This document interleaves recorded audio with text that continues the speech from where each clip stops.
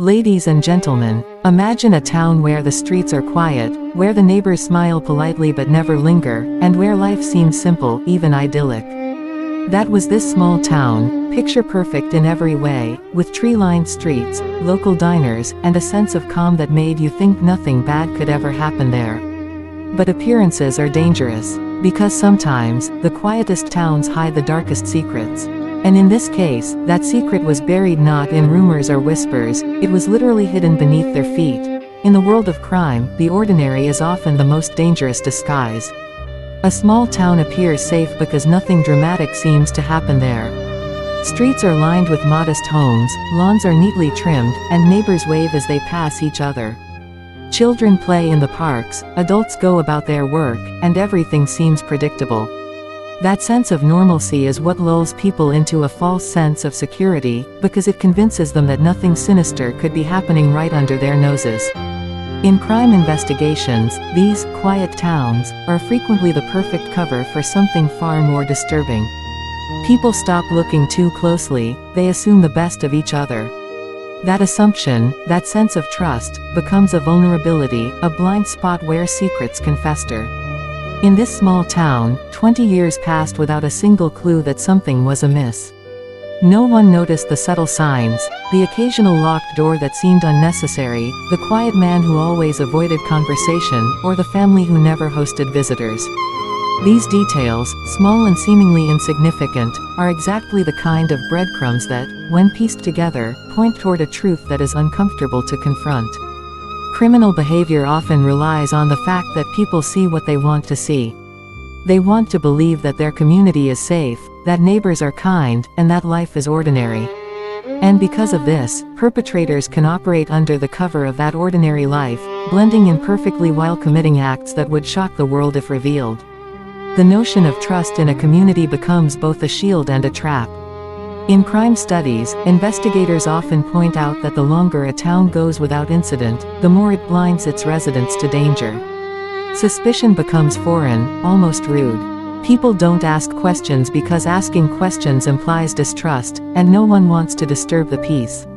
This environment of assumed safety allows a criminal, or in this case, a hidden secret, to exist undisturbed. It's a psychological phenomenon. The more ordinary the surroundings, the more extraordinary the deception can be. It's the perfect camouflage. Small towns also have a rhythm, a predictability. Everyone knows everyone else, or so they think. And that familiarity creates a dangerous complacency. If someone is acting differently, it's easy to dismiss it as eccentricity rather than evidence of something darker. 20 years can pass in this bubble, and yet the secret grows heavier, accumulating layers of deception, lies, and unspoken truths. Crime stories repeatedly show that long-hidden secrets are not discovered by dramatic revelations, they are uncovered through patient observation, a slip of human error, or the relentless curiosity of someone who refuses to accept the comfortable narrative of safety. It is in this ordinary environment that the extraordinary crime quietly takes root. While the town continued its daily routines, cafes filled with laughter, kids riding bicycles, shopkeepers greeting patrons, the basement below one unassuming house held a truth that no one wanted to see. The people of the town carried on as though nothing were wrong, and that was exactly what made the secret possible. In the study of real crime, investigators often emphasize how the most shocking cases begin not in chaos, but in the calm. The longer a community is convinced it is safe, the more vulnerable it becomes to the darkness hiding in plain sight. By the time suspicions arise, 2 decades have passed. Memories have faded, evidence has been buried, and the web of deception has grown complex. It's almost like the town itself becomes complicit, not intentionally, but because human nature prefers comfort over confrontation. This is why crime in small towns is uniquely terrifying. The danger doesn't come with alarms, sirens, or obvious signs. It comes silently, patiently, allowing a secret to mature into a truth that can shake the entire community once it finally emerges. The quiet town and its ordinary routines created the perfect environment for a secret to hide, untouched and unnoticed, for 20 years. What seems mundane, predictable, and safe is often the very soil in which crime takes root, proving that darkness can exist wherever light seems brightest. The real terror of such a story is not only the crime itself, but how ordinary life made it possible, and how easily a community can be deceived when it refuses to look too closely. The discovery of a crime, or the revelation of a hidden truth, often comes not with a loud crash, but with the quiet uncovering of details that no one paid attention to for years. In this small town, after 2 decades of normalcy, the hidden basement became the focal point of suspicion and horror. The second keynote of this story is about how clues, subtle, almost imperceptible, accumulate over time, forming a trail that eventually exposes a truth far darker than anyone expected. Crime stories show that perpetrators rarely make mistakes in a vacuum; rather, their missteps, inconsistencies, or overlooked patterns eventually draw the attention of someone willing to notice. For 20 years, the town carried on as though nothing were amiss, but small anomalies, ignored or rationalized at the time, began to surface. These anomalies are the fingerprints of a secret waiting to be exposed.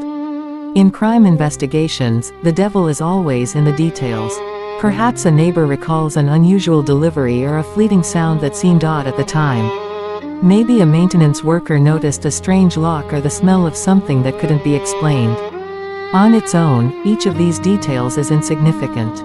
But when investigators piece together decades of subtle irregularities, they form a pattern, an invisible thread connecting the past to the present, leading directly to the truth. In this town, the ordinary life that masked the secret was finally pierced by the very things that had been overlooked. In crime, timing and perspective matter. A sound dismissed 20 years ago can become crucial evidence in the present. A glance thought fleeting or unimportant becomes a key to a puzzle no one knew existed. The small town's complacency worked against it. People assumed that what they did not see did not exist. And this assumption allowed the secret to fester, unseen and unchecked. In crime psychology, this is a common phenomenon. Communities unintentionally shield perpetrators because their perception of normalcy blinds them to abnormal behavior. Silence and routine become an accomplice to crime. When a secret is embedded in the fabric of everyday life, it can survive unnoticed for decades. Yet the cracks always appear. People forget, habits change, records are misplaced, or someone begins asking questions, curiosity that triggers a chain reaction leading to discovery. In this case, the basement, once a mundane part of a house, transforms into the central stage of an investigation, where ordinary walls conceal extraordinary horror. The nature of long-hidden secrets is that they build tension over time. Like a ticking clock in a crime thriller, the weight of what is concealed grows heavier with every passing year. Memories fade, relationships evolve, and life goes on, but the secret remains, patiently waiting. Crime investigators know that such long-standing deceptions often unravel not because of dramatic confrontation, but because human error, coincidence, or relentless curiosity eventually exposes what was hidden. In the town, this meant that the secret could no longer stay buried. Something small, something overlooked, provided the first thread. Once one clue emerged, it encouraged others to look closer, to question what had previously seemed mundane, and suddenly, what had been invisible for 20 years became undeniable. Another disturbing aspect is how fear and denial allow a secret to persist. People suspect, they whisper, but they rationalize. A basement might be dark, locked, and rarely used, but who would think something sinister is happening there? The mind protects itself from uncomfortable truths. Crime studies repeatedly highlight this. Communities often suspect the worst but prefer to live with doubt rather than confront it. That reluctance becomes a shield for crime, prolonging its survival. Yet, eventually, someone refuses to ignore the evidence. In this story, the breaking point comes not from external force, but from the accumulation of subtle anomalies that demand acknowledgement. Hidden crimes are never truly invisible. Time cannot erase evidence, it can only conceal it temporarily. A secret may survive decades under layers of normalcy, trust, and complacency, but every deception leaves traces. It's these traces that investigators, whether official or civilian, use to piece together the truth. And in this small town, the first glimmers of discovery illuminated the path to a hidden basement, a truth long suppressed, and the horrifying realization that 20 years of ordinary life had been a carefully constructed mask hiding something unspeakable. The moment when suspicion becomes undeniable and the ordinary transforms into evidence. In crime stories, this is often the most dramatic part, the point when hidden truths are forced into the light, no longer able to hide behind normalcy. In this small town, after 20 years of quiet streets, familiar faces, and mundane routines, the basement that had long been ignored became the epicenter of an unfolding crime story. It is here that we see a universal truth about criminal investigation. No secret, no matter how carefully concealed, can survive forever. Time, curiosity, and persistence always erode even the most meticulously constructed illusions. In many long-buried crimes, discovery is rarely immediate. It builds slowly, piece by piece, often beginning with a simple question or a small anomaly. A creaking floorboard, a misplaced object, or an unusual sound is enough to spark curiosity. In this story, the basement itself became the first clue, a space that was rarely entered, a location that seemed insignificant, yet held everything that had been hidden. Crime investigators often describe this as the pivot point of a case, where mundane settings transform into crime scenes. The ordinary home, once a symbol of safety and routine, suddenly becomes a stage for horror, forcing those involved to confront what they had unconsciously ignored for years. What makes this phase of the story so chilling is the psychological effect on the community. For 20 years, people lived with an unspoken awareness of anomalies, yet they chose to rationalize, ignore, or suppress their fears. This is a common element in real-life crime cases. Communities, neighbors, and even family members sense that something is wrong, but deny it to maintain comfort. When the discovery occurs, that veneer of normalcy shatters instantly. The basement, once a mundane part of the household, now becomes a symbol of deception and suppressed terror. Every detail, previously overlooked, gains immediate significance. The lock on the door, the faint odor, the dust patterns, all become pieces of a puzzle that had been carefully ignored. Crime stories often reveal that the moment of discovery changes the dynamics of guilt and complicity. It forces people to confront not only the perpetrator but also their own blindness. In this town, the basement exposed not just the hidden secret, but also the years of denial that allowed it to persist. This is the uncomfortable truth that real criminal investigations often highlight. It's not only the criminal act that matters, but the silence, the rationalizations, and the inaction that allowed it to survive. When the basement was finally opened, it wasn't just a physical revelation, it was a psychological one, laying bare the collective vulnerability of the town, the fragility of assumed safety, and the disturbing realization that normal life had been sustained on a foundation of lies. Another key element in the moment of discovery is the rush of forensic thinking that follows. Every inch of the basement becomes evidence. Crime investigators focus on minute details, objects out of place, signs of prolonged activity, hidden compartments, or items deliberately concealed. In this story, investigators had to reconstruct 20 years of events, piecing together the timeline of secrecy from fragments that survived the passage of time.